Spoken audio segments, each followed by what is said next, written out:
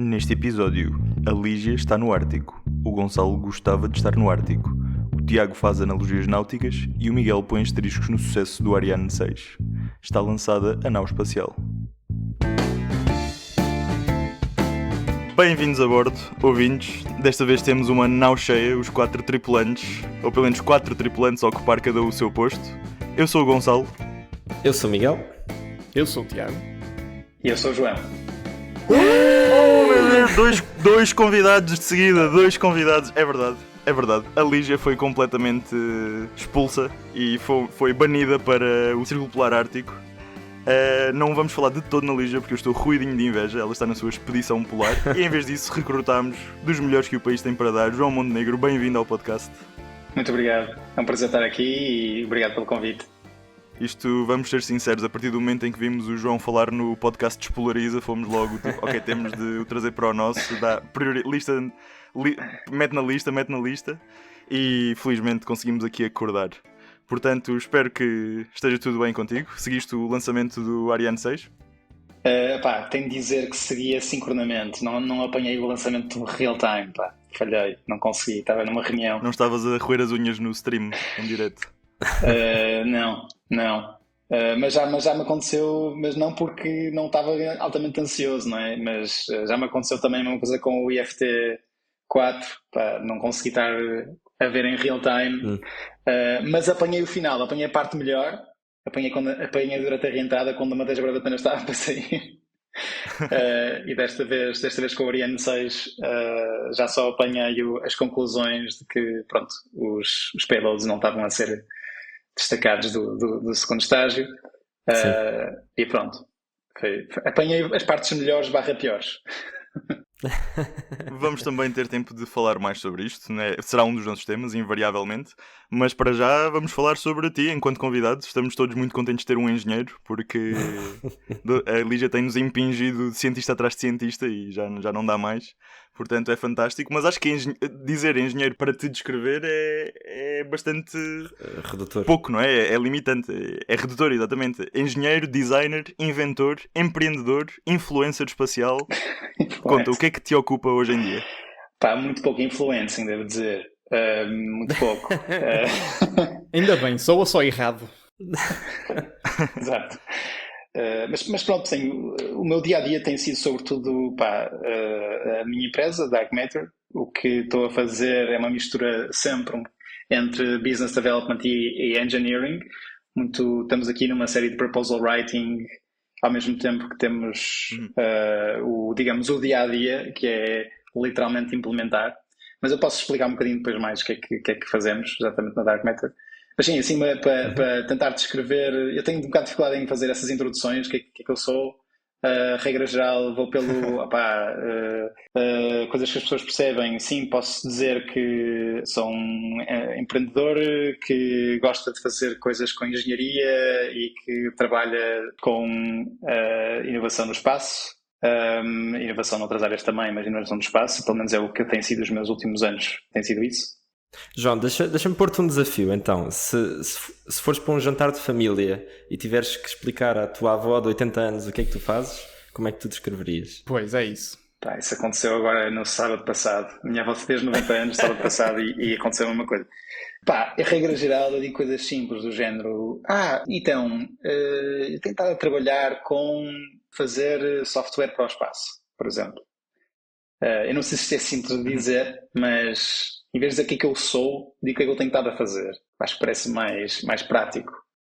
Para mim sempre foi eu não sei se isto é uma coisa que acontece a muita gente de perfis parecidos, mas sempre foi muito difícil definir no momento o que é que eu sou, porque olho para trás e penso, já desenhei automóveis, impressoras 3D, aplicações de educação, já fiz empresa, mas também já estive do lado de engenharia, já estive do lado de desenho, já estive do lado de hardware, já estive do lado de software.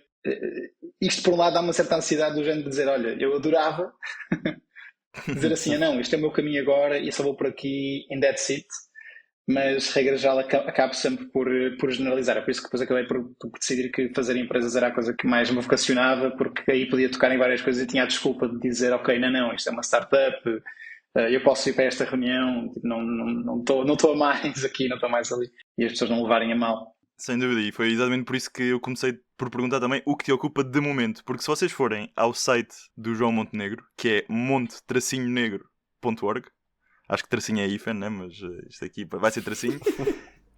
Vocês parece que estão a aceder aos arquivos de um Da Vinci moderno, basicamente. Aqueles papéis que estão preservados nos museus e não sei o quê, tipo com esquemas de aviões e não sei o quê. Vocês vão ao site dele e têm cápsulas de reentrada, bases lunares, energia solar e painéis. Temos impressoras 3D, como ele disse, e bem, não é? Estou a confirmar que tu fazes isso aqui da minha parte. Sim, não confiar, fact-checking. obviamente. Fact check. E uma pessoa fica a pensar, como é que é possível estar em tantas coisas e tantas coisas diferentes ao mesmo tempo? É possível masterizar tanta coisa? Olha, eu gosto da ideia do 10K hours. Quem é que disse isso? Agora que esqueci-me. Tem sempre isso na ponta da língua. São precisas 10.000 euros para te tornares mestre em alguma coisa, não é? Certo. E, na realidade, e se pensarem nisso, tipo, nós conseguimos estar 10.000 horas num tema que somos apaixonados. Com pouco esforço, digamos. Se temos uma obsessão, é rápido chegarmos a 10.000 horas. Não é? Se nós podemos a contabilizar só as 10.000 horas que estamos a trabalhar e depois quando saímos dessas 8 horas de trabalho útil, digamos, o nosso cérebro desliga e vai para outra coisa, é mais difícil chegar às 10.000 horas. Mas o que eu tentei fazer na minha vida foi tentar ir atrás de coisas que eu ficava obcecado. E quando eram as coisas que me obcecavam, tentar torná-las ou mudá-las de maneira que eu não conseguisse parar de pensar nelas. Quando eu fosse dormir, tivesse a adormecer a pensar nelas e que houvesse alguma cadeia, alguma entrelinha, alguma ligação. E na verdade, as primeiras, tipo a questão de desenho automóvel e de impressora 3D, definiram muita coisa, porque, por um lado, eram áreas que eu tinha curiosidade e tinha uma curiosidade permanente e foram boas para eu perceber um bocado tipo, o que é que eu queria tirar daquelas áreas. Ou seja, eu percebi que não era propriamente, não queria ser um designer automóvel, não era isso que eu queria fazer. Percebi que não era também um geek DIY que queria montar impressoras 3D, tipo, não era isso. Tipo, mas passar pelo processo de trabalhar com estas duas empresas ajudou-me a definir as prioridades nesse sentido, a perceber, ok, eu se calhar quero mais é saber, conhecer o máximo de tecnologia, porque sempre que eu meto-me num destas verticais, eu tento, tipo, obsessivamente perceber a tecnologia, fazendo essa parte de geek, de perceber exatamente, mas espera aí, o que é que está os first principles disto? Qual é a física que está atrás disto? Qual é, tipo, a lógica por trás da utilização deste subsistema? Como é que as pessoas falam? Como é que estes engenheiros comunicam uns com os outros? E depois, por cima, de criar uma compreensão a nível de negócio, ou seja, perceber porque é que isto é uma oportunidade. Existe realmente um valor a ser gerado? Tipo, então, quando vamos para o setor espacial, depois temos essa pergunta aí sempre muito... Quando se fala em negócios no espaço, não é? Tipo, é uma das maiores questões. Mas baseio-me sempre muito na engenharia. Isso foi uma coisa que, por acaso, por exemplo, eu quando estudei design industrial, era uma crítica que era muito apontada por professores meus e tu ficas muito a pensar na engenharia, isso não é assim tão importante. Mas depois no final correu bem, ou seja, no final eu sabia mais sobre aquele projeto que ninguém ali, de longe, e conseguia pensar em coisas e desenhar coisas que se calhar não era tão óbvio para alguém que está tangencial e que está a pensar, ok, vamos só aqui pensar digamos, na arquitetura da coisa, como se diz, que é pensar nisto como uma série de blocos. Sim. Black boxes lá dentro e assumir que a estrutura é esta e te levar como garantido e depois estamos ali mais a conformizar. Portanto, o meu caminho foi um bocado este, foi tipo, ok, no início perceber que não eram estas posições mais, digamos, tradicionais que me atraíam de facto, era mais o perceber como é que as coisas funcionam para depois pensar no big picture, pensar na execução, pensar em criar valor e pronto. Sim, ou seja, ter uma camada de empreendedorismo a fechar o assunto, mas sempre ancorado na engenharia e neste perfil mais técnico. Sim. Tiraste umas palavras da boca, Gonçalo, deixa-me só dizer, porque era mesmo isso que eu estava a ver agora no discurso do João, era a mentalidade de resolver problemas, não é? Dividi-los em pequenos pedaços, segmentá-los para os resolver, mas sempre com o empreendedorismo em mente e nunca só resolver problemas só porque sim. E isso é uma coisa que muitos engenheiros têm dificuldade em fazer. Pois é, muito fácil apaixonar-te pela tecnologia, não é? E deixar-te levar pelo desafio. E isso eu tenho a dizer que é uma coisa que rapidamente me acontece e eu tento estar a dividir-me ao máximo e tento falar com pessoas para promover esse discurso interno, porque de facto há problemas apaixonantes, há problemas que são muito interessantes, nós ficamos ali tipo, como é que isto funciona mesmo? Interessante, se calhar isto podia funcionar assim. E depois tu percebes, mas será que há alguma vantagem em fazer isso? Qual é o grande ganho de ir para ali ou de ir para lá, no final do dia, não é? Muito bem. Acho que uma última pergunta, e que nos permite também transitar para o primeiro tema que tu trarás, é quando uma pessoa vai ao teu site e vê estes projetos todos, de onde é que estes projetos vêm? Ou seja, se alguns são competições, por exemplo, ganhaste a competição da ESA para desenhar o fato espacial do futuro para os astronautas da ESA. Outros são projetos para clientes, não é? Que tu, na tua capacidade, as tuas empresas, o teu freelance que fizeste, mas alguns, e focando nos espaços principalmente, de onde é que, como é que surgiu esta iniciativa e porque é que te dedicaste a ela? Por exemplo, da base lunar teve a ver com os teus estudos, não é? Os teus estudos espaciais também, mas os das cápsulas e tudo mais, de onde é que isso aparece e como é que tu te atiras para o projeto? Olha, exato, da missão lunar em si é fácil, não é? Foi um projeto sponsored pelo Lockheed Martin para a ASU. Que é curioso que eu tento sempre trazer este senão, que é, de facto foi para a Lockheed Martin e nós usámos um projeto, pronto, uma infraestrutura da SpaceX, e foi um dilema a meio, pensar, peraí, nessa altura, em 2021, tipo, o incumbente versus o New Cool Kids on the Block, e estávamos a ter reuniões diárias com o pessoal da Lockheed, e depois estávamos a apresentar um projeto. Olha, mas vocês podiam usar a infraestrutura da SpaceX. Estamos a bem a mal. Havia aí um conflito de interesses que estavas a explorar, sim. Sim. Mas correu bem. No final, nós apresentámos aquilo na perspectiva de uma empresa ou uma organização que não a SpaceX pode de facto usar recursos da SpaceX de uma maneira para lá do que é pensado agora, não é? Ou seja, agora pensamos em lançadores e, portanto, se estamos a pensar em lançadores é só concorrência, mas estamos a pensar em exploração espacial, the next thing, não é? Portanto, pode ser interessante para estes players não estarem só a tentar competir, mas estar a tentar utilizar recursos alheios, não é? Mas esse era o desafio que moral e quase, como disseste bem, conflito de interesse que tivemos. Mas depois, a Orientar em si foi mesmo uma empresa que comecei, depois acabei por não conseguir fazer o financial round que queria. Acho que ia ter alguns angels on board, só que o mercado caiu de tal maneira na altura em que eu estava a fazer a ronda, fiquei tipo 6 meses a arrastar aqueles angels e a pensar,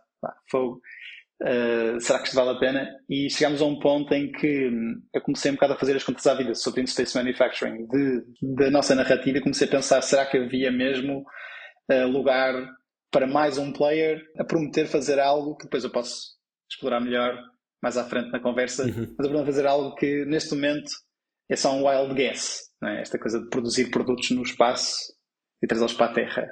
Será que isto traz de facto, again, é um exercício interessante, engenharia, em termos de pensamento, mas será que alguém cá em baixo paga no final? Tipo, alguém que não seja um player do espaço, será que alguém paga o produto que chega cá?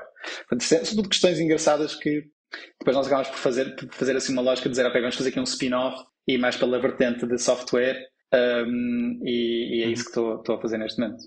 Muito bem. Portanto, esse projeto eu achei um projeto super divertido, mas encaixámos um bocado e depois no caminho, só para acabar, conheci a minha concorrência toda, e muita gente, muitos possíveis clientes, malta da Axiom, toda, malta das New Space Stations ou upcoming, não é? Tipo, foi Axiom, Starlab, Gravitics, acho que foram esses três principais, assim, os que ficaram umas boas relações, porque lá com a malta de Space Manufacturing, eles tinham todos os departamentos de Space Manufacturing, muita gente de research, claro, porque não havia nada no espaço para ser feito ainda, e muitos concorrentes, falei com muitos concorrentes, e fiquei amigo de alguns, e foi uma coisa boa, porque temos os mesmos problemas, e no final do dia deu para perceber que realmente é uma coisa que ninguém sabe muito bem, tipo, vende-se muito, na perspectiva de VC e de startup, vende-se muito como the next thing, mas em alguns ângulos do que é apresentado, tipo,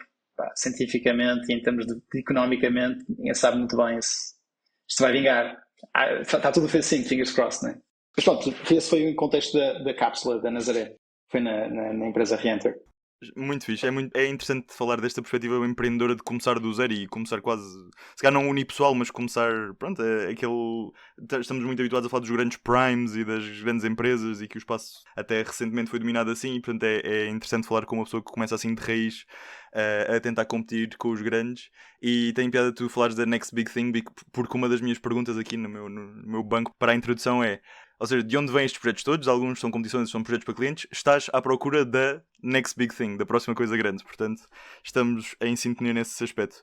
E acho que é a hora de transitarmos para o primeiro tema. Portanto, é exatamente fabricação espacial. Tu decidiste trazer, visto que é algo em que tens expertise, tens mestria e interesse em falar. Portanto, diz-nos. Nós já falámos um pouco aqui no podcast, não é? Morgado e Tiago, sobre o facto que algumas empresas estão a pensar trazer esta capacidade de manufatura no espaço. Falámos principalmente acerca da indústria farmacêutica, não é? Sim, sim. Que permite fazer alguns processos industriais que são mais complicados ou impossíveis de fazer na Terra. Por que vertente é que tu vais abordar este tema?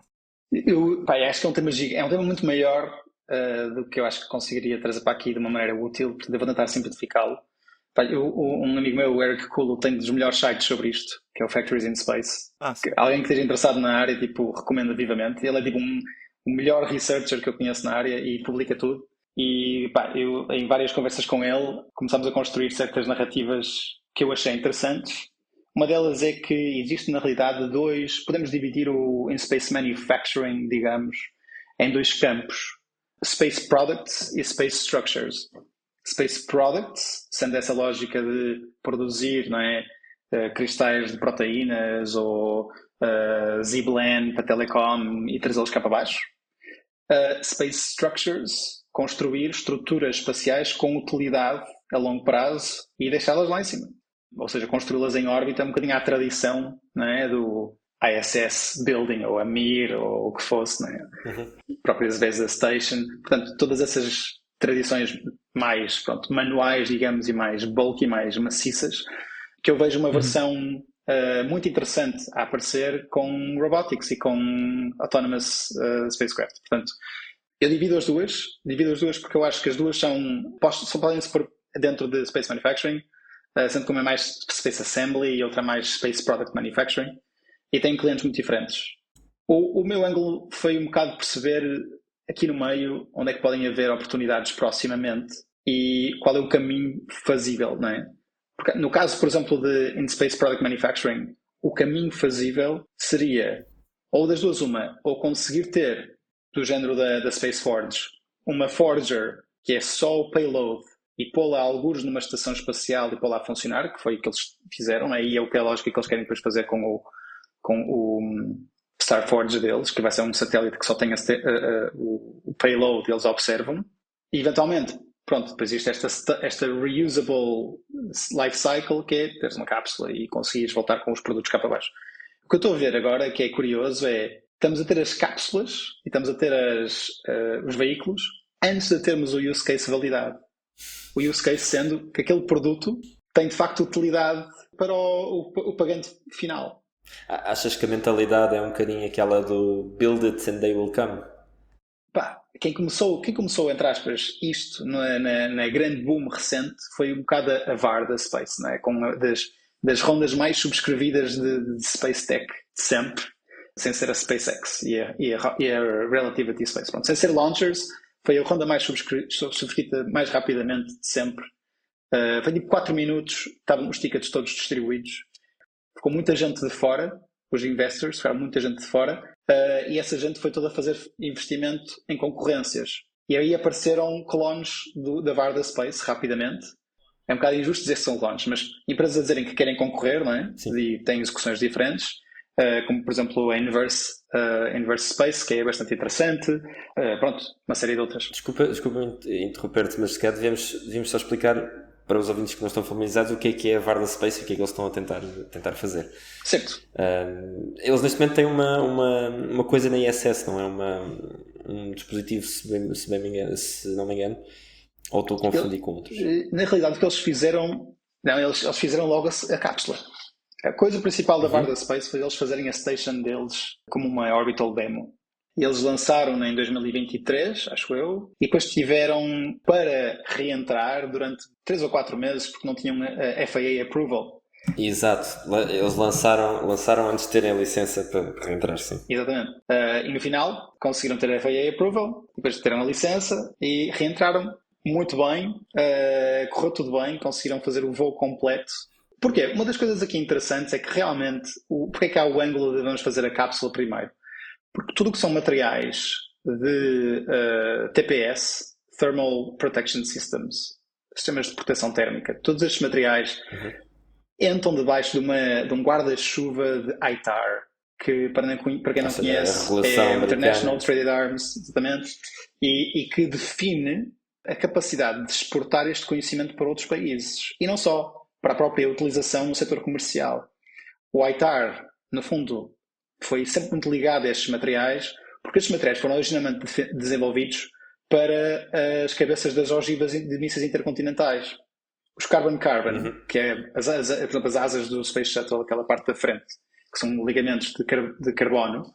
Basicamente, esse material foi desenvolvido para proteger aqueles cones das ogivas nucleares, que eram atiradas a 5 mil km de altitude, depois caíam a velocidades absurdas, e que durante a reentrada agressiva que eles tinham, o payload, não é? Que é o dispositivo de destruição, tinha de sobreviver. A bomba, neste caso? A bomba. No caso de Space, eles pegaram no Titan Rocket ou no Atlas Rocket e tiraram os mísseis lá de cima e puseram cápsulas. O problema é o mesmo, não é? Vamos utilizar os mesmos materiais. Desenvolveram-se alguns diferentes, tipo o pica, ablativos e tal.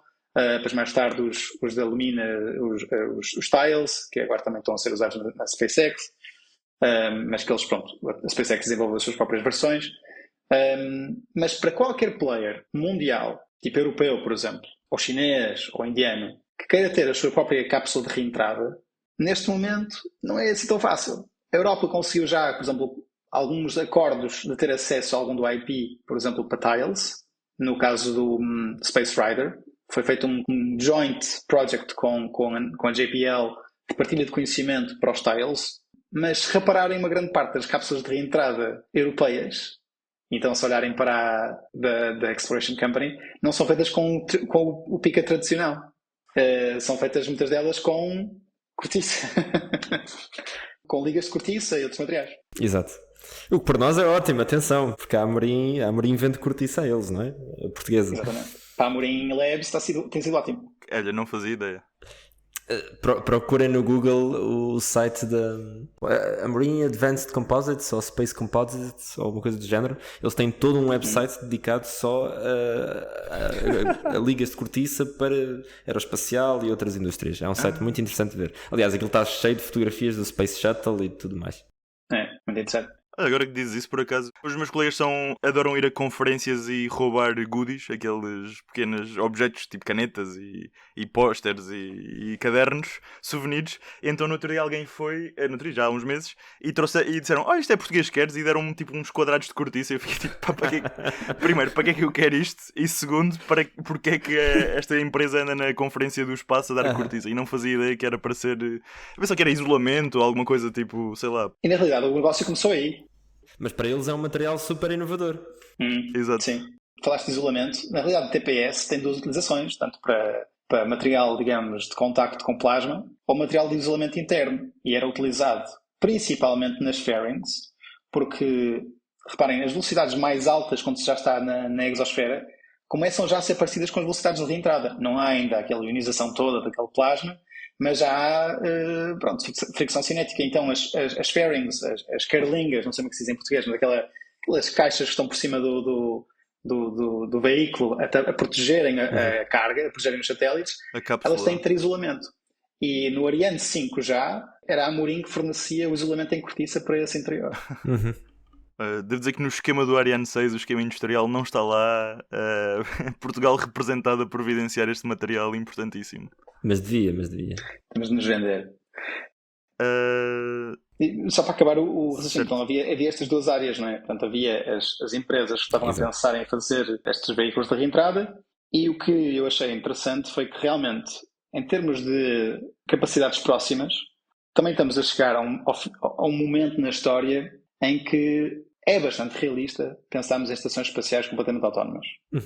Digamos, hubs autónomos, não é? Ou seja, estações espaciais tripuladas continuam a ser a sua própria cena e vão continuar a ser, e não acho que haja vontade de deixar de haver exploração humana. Eu acho que a exploração humana, eu também sou romântico nesse aspecto. Acho que mandar pessoas lá para cima é toda uma coisa que não se consegue fazer só com robôs, traz uma outra experiência. mas a verdade é que a exploração robótica do espaço é cada vez uma realidade maior. Estamos a assistir a uma explosão em avanços de algoritmos de controle cá na Terra, graças às empresas todas que estão a puxar esses algoritmos, né? Mais uma do Elon Musk, tipo a Tesla ou a Figure ou uma série de outras.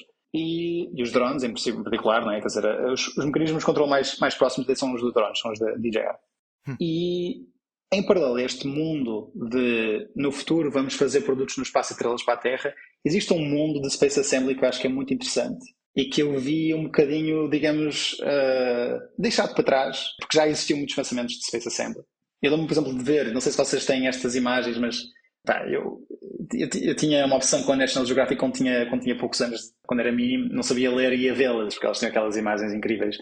E a casa dos meus avós, dos dois, paterno e materno, eles tinham coleções desde 1900 e... Pá, faço ideia, desde 1950, 60, 70. E eu ficava fascinado com as edições do espaço. E uma das edições, eu lembro-me que era a anunciação do programa espacial do Space Shuttle. Eles tinham lá umas ilustrações fantásticas. Tudo o que seria possível fazer com o Space Shuttle. E o Space Shuttle tinha uma coisa que era, se calhar, o que tinha sido mais vendido na altura e que acabou por ser executado na ISS apenas, praticamente, que era a sua capacidade de ser um veículo reutilizável para construção em órbita. Exato. Em que tinhas astronautas com picaretas não, pá, como é que se diz? As parafusadeiras, não é? Parafusadeiras e depois o que aconteceu de facto, não é? Mas tinhas um monte de outras coisas e havia uma série de ideias que eram bastante interessantes. Portanto, foi nessa altura que se começou a planear a construção de estações energéticas espaciais, construções de estações solares espaciais, construção de mega antenas espaciais ou Space Communication Stations, em vez de ser só Ground Stations. Isto tudo baseado na ideia de que, pá, é assim, temos a capacidade de lançar um veículo muitas vezes, porque ela a partir daí ia ser barato. Portanto, vamos conseguir fazer projetos modulares contínuos. Exatamente. Se há uma coisa que podemos achar da Starship e do momento em que estamos a chegar, é que pode, de alguma maneira, se tudo correr bem, ser a concretização deste sonho do Space Shuttle, não é?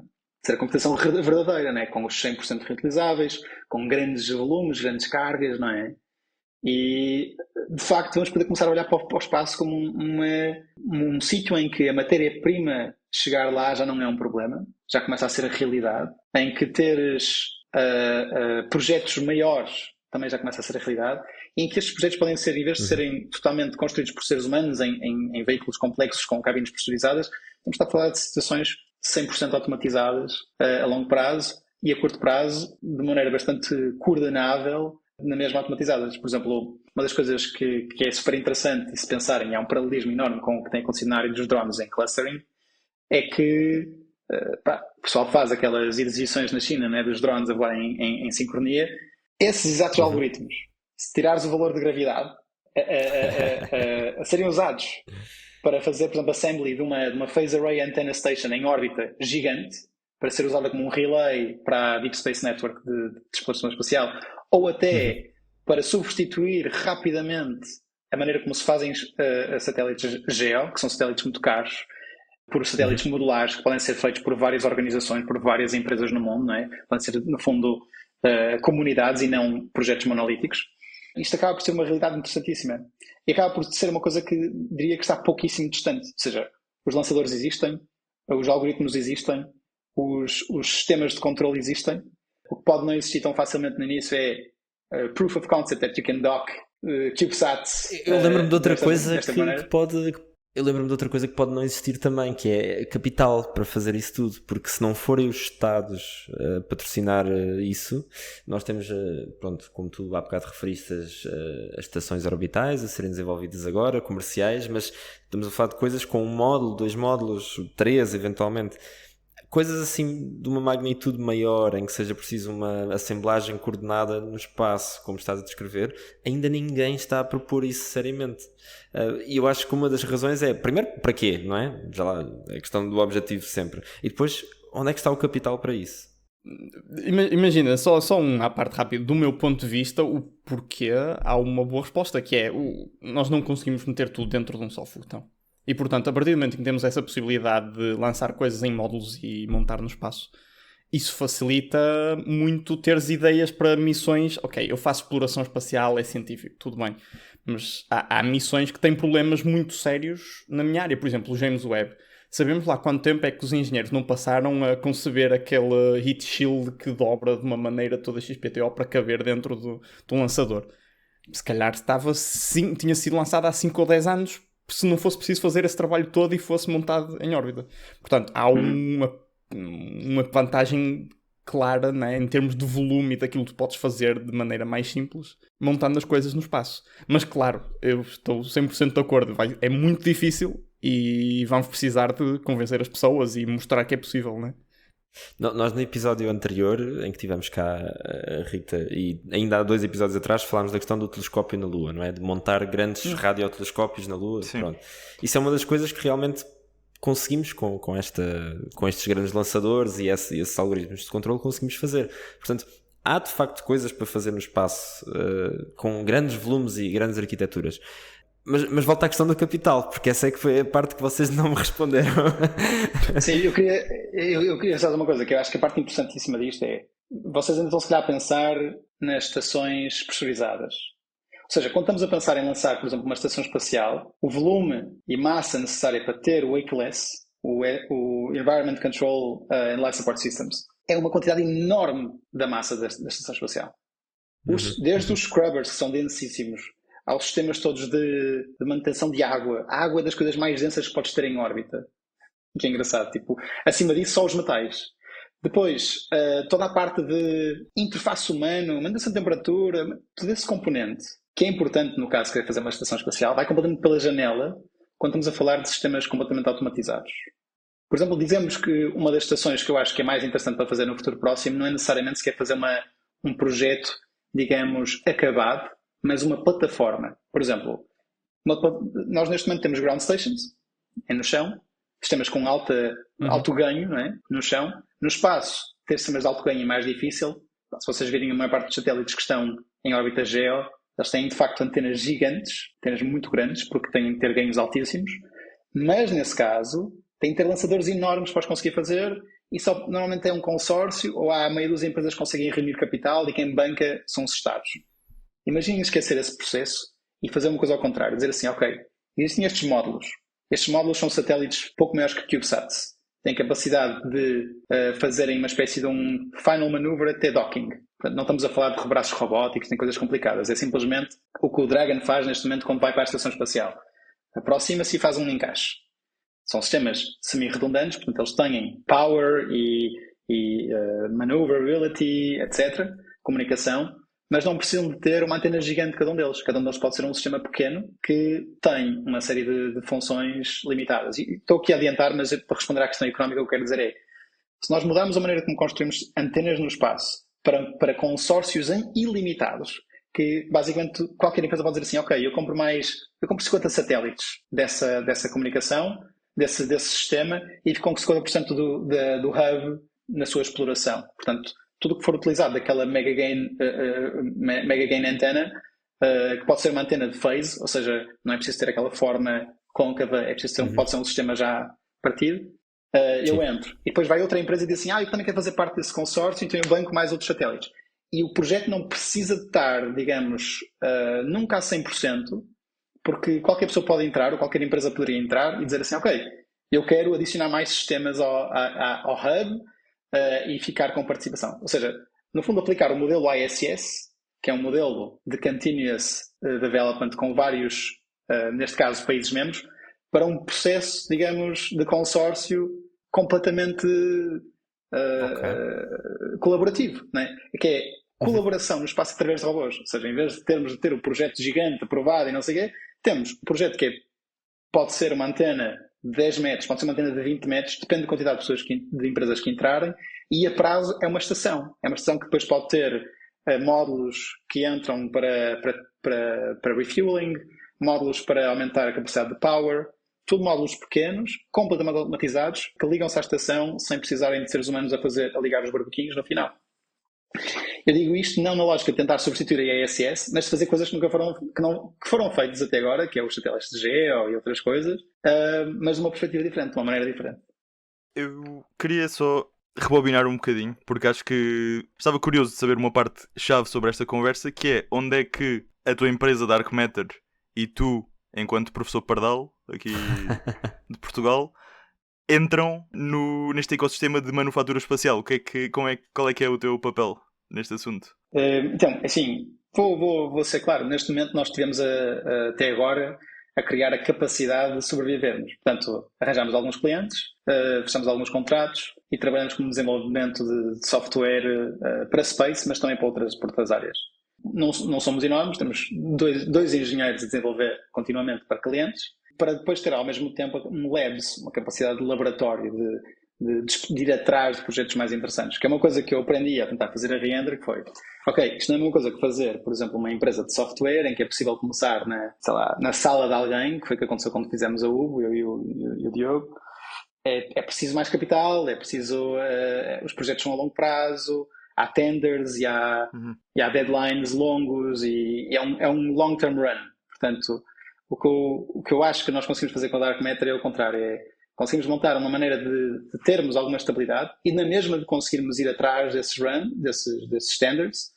E é aí que nós estamos a fazer, ou seja, nós na parte de revenue no dia-a-dia temos uma vida e depois temos outra vida em simultâneo, que estamos também ativamente a fazer, que é tentar reunir um mini consórcio para ir atrás da autonomia. Pegarmos em alguns dos algoritmos que nós usamos no nosso, digamos, trabalho com clientes e implementar nesta visão, na visão de autonomy. Mas o que é que isto significa? Estou a falar de coisas de muito longo prazo, estou a falar de coisas de conseguirmos fazer space autonomy. A curto prazo, autonomy no espaço, como está a ser explorado hoje, não é sobre fazer estações espaciais. É sobre fazer coisas muito mais pequenas. É sobre ter, por exemplo, a migração que está a acontecer atual de passares de embedded systems em satélites para passares a ter GPUs no espaço.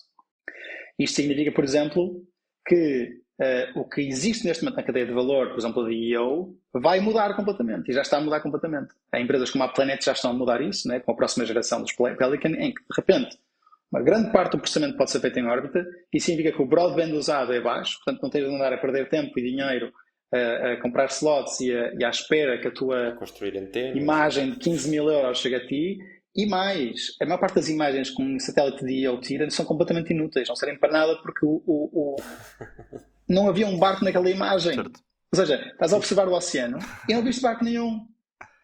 São gigas e dinheiro que não serviam para nada. E isso acontece porque são sistemas embedded, tradicionalmente. O futuro vai ser diferente. O futuro vai ser tu teres sistemas em que on-board fazes o que se chamam produtos, que não são produtos físicos, mas são produtos de software, e mandas-los cá para baixo. E cá para baixo chega já ao nível de poderes olhar numa app e veres, ok, detectamos este barco, neste sítio, aqui está o crop da imagem que é preciso. Portanto, eu chamo isto de autonomy no sentido em que on-board existe a capacidade de fazer todo esse processo sem precisar do ground. Depois isto vai ter uma necessidade importante, que é estas empresas que estão a começar a explorar esse sentido, e é o que começamos já a ver com algumas dos nossos parceiros, é que muitas empresas tradicionalmente viam o seu payload como payload principalmente hardware, mas o payload do futuro nestas estações é payload de software. Ou seja, tu passas a ter um GPU on-board. Não tens necessariamente um embedded system normal que corre só aquele algoritmo e acabou. A capacidade de processamento em simultâneo também é muito maior. Ou seja, trocado por miúdos, em vez de enviarmos a câmara só, enviamos o computador todo e se acaba abaixo já só chega o vídeo, o gráfico bonito ou a informação necessária, basicamente. Exatamente. Data centers no espaço vai ser uma aplicação muito real e muito próxima nos próximos anos. E todas as empresas que eu vejo neste momento a fazerem satélites vão querer ir por aí. Porque os ganhos que estão a acontecer são muito imediatos. Não é preciso mais massa para lançar para a órbita, não é preciso lançadores maiores. Porque faz um trade-off entre o tamanho de antenas, por exemplo, e o tamanho do processador. O processador é um bocadinho maior, faz um bocadinho mais de gestão térmica, mas tens uma antena muito mais pequena, porque o teu broadband pode ser mais... Aliás, pode ser narrowband communication, quase. Sim. Mas pronto, há inovação nesse sentido, há um monte de coisas a serem feitas com laser comms e tudo, e não diria que é só aí. Mas há uma série de ganhos imediatos, simplesmente por mudares o teu hardware core e apostares em seres capaz de processar online, no espaço. E a longo prazo eu vejo isto a ser uma das bases fundamentais para ter estes sistemas autónomos. Porque a partir do momento que o veículo que está no espaço tem um GPU powerful enough, digamos, um Jetson Orin, que é o que é usado nos drones da Ucrânia, quer dizer que ele consegue mexer-se.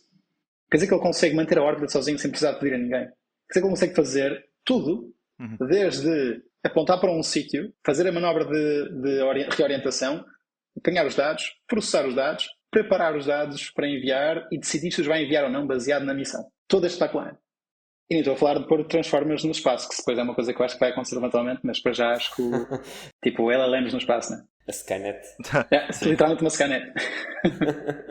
Literalmente, exato. Isso é mais um buraco de topeira. Mas sim, isto tudo embrulhado e resumido é uma visão do futuro muito interessante. Nós geralmente falamos muito dos temas correntes e do presente, portanto foi interessante mudar o pivô da conversa do costume. E temos esta visão muito densa tecnicamente, portanto já para os ouvintes menos versados. Aliás, mesmo para mim alguns acrónimos eu estava sim, mas não sei o que é que estás a falar. Ups, o meu microfone até caiu. Mas sim, é super interessante e é bom trazer esta visão de futuro. E depois desta conversa, muito interessante, temos de falar pelo menos sobre o grande evento desta semana. Malta, o que é que acharam do Ariane 6? Já sabemos que o João viu o lançamento, em diferido. O que é que acharam? Eu também vi o lançamento em diferido, por acaso.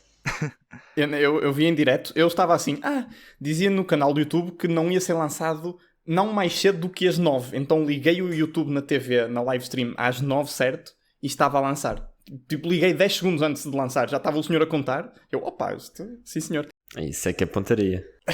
Eu sou muito sortudo, sabem?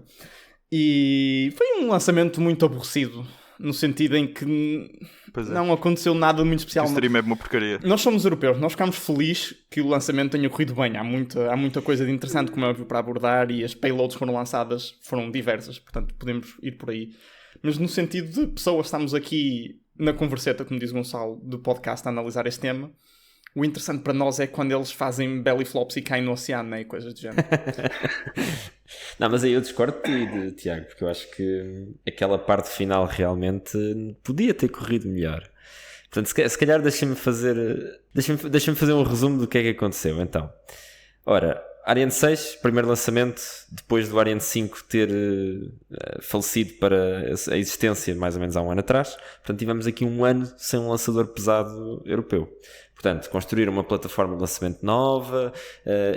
Acho que o programa até agora já custou, do Ariane 6, custou 4 mil milhões de euros ao longo de 10 anos. Eu já estive a fazer mais ou menos as contas, dá 1 euro por cada europeu, sim, mais ou menos, por ano. E dizem que se o Ariane 6 lançar tantas vezes como o Ariane 5, que só de amortizar o custo de desenvolvimento, a priori, só o facto de quereres lançar é um despende de 30 milhões de euros só para amortizar o desenvolvimento por lançamento. Ou seja, ainda nem lançaste nada e tens já 30 milhões deitados fora, basicamente. Ok. Pronto, e depois sempre lançou no dia 9 de julho. Nós estamos a gravar no dia 12 já agora, para dar contexto aos ouvintes. Foi lançado no dia 9 de julho, à noite. Foi aqui à hora de jantar, mais ou menos, em Portugal, se não me engano. E o voo correu bastante bem até à libertação das primeiras payloads. Uma das quais, já agora, era o satélite português. Se calhar falamos disso noutro episódio. Era o satélite do Instituto Superior Técnico, o IST-SAT-1. E lançaram esse e mais 12 satélites, se não me engano, e depois havia outras duas cargas que essas sim não foram libertadas do estágio superior do Ariane 6. Portanto, essa foi a parte que correu mal. Já posso explicar um bocadinho porquê, mas da parte principal correu bem, no sentido em que finalmente temos de novo um lançador europeu que podemos utilizar para pôr as nossas cargas científicas, por exemplo, telescópios, sondas interplanetárias, tudo mais lá em cima, em vez de termos que estar sempre a recorrer ao Falcon 9. Portanto, isso acho que é positivo. Eu já agora digo então, vou ligar àquele tema que estávamos a falar aqui antes de começarmos, que é, disseste agora, é essencial haver redundância no espaço, é das coisas mais importantes que há. Por acaso, por exemplo, a semana passada estive no IDN e perguntaram-me sobre o que é que seria o futuro da Boeing e da Starliner visto a SpaceX. E o Sr. diz assim, eu não vou estar a subscrever mais a SpaceX só porque sim, é claro que é exciting e é fun, mas tal como o Ariane 6, e especialmente com o Ariane 6 porque é um lançador europeu, tem de haver redundância. E no caso, por exemplo, do que aconteceu ontem, não é? Com o lançamento do Falcon 9 e os possíveis satélites da Starlink perdidos, significa que se nós estivéssemos somente a depender do Falcon 9, íamos estar a ter um mundo em que as coisas não podem correr bem às vezes, podem correr mal. Se a SpaceX vai por um caminho que depois impossibilita a colaboração internacional, quem sabe, nunca se sabe, né? O que é que o futuro tem, íamos ficar com as mãos a abanar. Portanto, principalmente como o espaço é um problema, claro, tecnológico, mas também é um problema geopolítico e económico, não é? Nesse caso. E no contexto geopolítico, há mais do que redundância, que é a Europa precisa de um lançador. As Forças Armadas Europeias não podem dar os seus satélites militares para organizações americanas, empresas americanas, para lançar. Portanto, as Forças Armadas Europeias estiveram com as calças na mão durante 2 anos em que não puderam lançar nada sem o Ariane. E aí não há redundância. Ou é nosso ou não é. Exatamente. E eu acho que nós já devíamos saber essa lição, porque ficámos com as calças na mão, como disseste bem, Tiago, quando foi com o Soyuz, quando acabámos a colaboração com os russos por causa da guerra na Ucrânia, e agora vamos pôr-nos nas mãos dos americanos. Também não faz sentido, não é? Ou dos indianos, ou de quem quer que seja. Portanto, é ótimo que o Ariane 6 finalmente tenha descolado, com 4 anos de atraso, acho eu. Agora a ver se o Vega C, que é o nosso lançador mais pequenino, se esse também se corrige o problema que tem neste momento. Mas é bom termos de novo um lançador. Agora, eu também vou pôr aí um asterisco muito grande nessa... Aliás, 2. Um asterisco grande nessa questão do termos novamente independência no acesso ao espaço. Porque a verdade é que estamos em julho e está previsto mais um lançamento, eventualmente, do Ariane 6 este ano. É assim, o Falcon 9 lança 2 vezes, mas não é por ano, é por semana. Eu não estou a dizer que precisamos disso, mas até que ponto é que somos realmente independentes no acesso ao espaço com 2 lançamentos por ano, ou vá 3 ou 4? Não somos.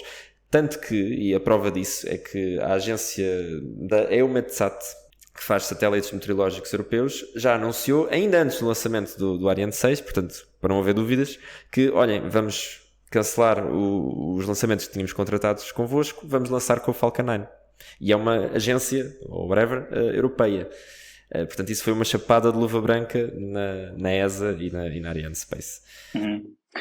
Já agora, só o outro asterisco é que, como eu estava a dizer, a missão não correu 100% bem, e para algumas das missões comerciais que o Ariane 6 tem planeadas, que nomeadamente são o lançamento dos satélites da constelação Kuiper, a constelação da Amazon, que também, diga-se de passagem, eles só ganharam o contrato para lançar esses satélites porque a Amazon contratou literalmente todos os foguetões que havia e mais alguns, excepto o Falcon 9, aí por questões de conflito de interesses. Exceto a competição. Exatamente. De resto, foi buscar tudo o que havia. Portanto, obviamente foram buscar o Ariane 6 também. Mas tem 18 satélites, acho eu, ou 18 lançamentos para lançar do projeto Kuiper, e sem corrigirem este problema que tiveram neste primeiro lançamento com o sistema auxiliar de propulsão, foi a parte que falhou, eles não vão conseguir lançar esses satélites. Portanto, temos aqui 2 asteriscos muito grandes ainda para resolver, para termos esta autonomia europeia, a meu ver. Sim, acho que isso é uma boa salvaguarda, porque há aqui e eu acho que a parte do asterisco geopolítico de antes era muito mais forte, não é? Ou seja, antigamente lançar um foguetão de uma determinada dimensão custava, entre aspas, o mesmo aos contribuintes em qualquer nação. Ou seja, havia nações que conseguiam lançar foguetões maiores porque tinham mais dinheiro na banca, outros que tinham menores, mas no final do dia não era isso que estava a ser avaliado, era a capacidade. Hoje em dia estamos a ver coisas de uma maneira diferente, porque há uma empresa que de repente consegue lançar a menos de 1/3, ou até menos agora, com o aparecimento da Starship, se eles conseguirem pôr em prática. Aliás, se eles conseguirem pôr em prática a Starship, vamos estar a ver veículos, por exemplo, que é o Ariane 6, a coexistirem com um veículo que lança, por exemplo, a $500 por quilograma. Isso é impensável. Quer dizer, é tipo um barco, um cruzeiro a coexistir com uma caravela. Tipo, não faz sentido. Exatamente. E vamos estar a decidir, isso decide-se, tipo, a partir do momento que houve cruzeiros, né, de metal e com a vapor e não sei o quê, não houve pessoas, tipo, não havia pessoas, espera aí, se calhar vou a vela, tipo, num barco de madeira que, pá, eu vou tentar ir ao outro, e até o outro é mais barato, ainda por cima, porque é que eu vou ir no de madeira que torce no mar e que, sei lá. Portanto, rapidamente o mercado eu acho que vai se adaptar e o bottom line é importantíssimo aqui, porque é um problema económico, não é só geopolítica, é económico também. E eu só tenho pena de que, de facto, a Europa continua a ter a necessidade de ter capacidade própria, mas que fomos um bocado tarde no barco da reutilização e que o Ariane 6 é quase, eu diria que o Ariane 6 é tipo daquelas lições que qualquer agência dita grande e antiga da Europa, tipo, acho que é o meme da nossa época, diria eu, nas agências, tipo, que é tipo as pessoas mais inteligentes e mais, digamos, mais importantes da Europa nesta área juntaram-se e disseram, não, esta tecnologia não faz sentido, não tem futuro, e perderam a aposta durante 15 anos. E pronto, estamos agora aqui. É isso. Eu gosto sempre de dar este benefício da dúvida que é a quem tomou essas decisões, que é o Ariane 6 foi pensado se calhar aí a partir de 2010 e foi desenhado, digamos assim, em 2014, foi mais ou menos uma coisa desse género. A primeira vez que o Falcon 9 aterrou foi em 2015. Portanto, eu percebo que tenha havido ali uma hesitação e que eles tenham sido cautelosos e dizer não, esta coisa da recuperação se calhar não é certa, claro. Vamos pelo caminho seguro.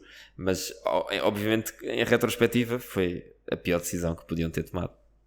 E repara, a decisão não pode ser feita, não é feita pelas mesmas estruturas, não é? Uma decisão na SpaceX é o júri decidiu, não é? E o Elon Musk mudou para ele próprio, vamos fazer assim. Que o Conselho da Administração decide que é assim. E vamos fazer. E no caso da ESA não é assim. No caso da ESA existe uma série de ações que têm de ser tomadas. Sim.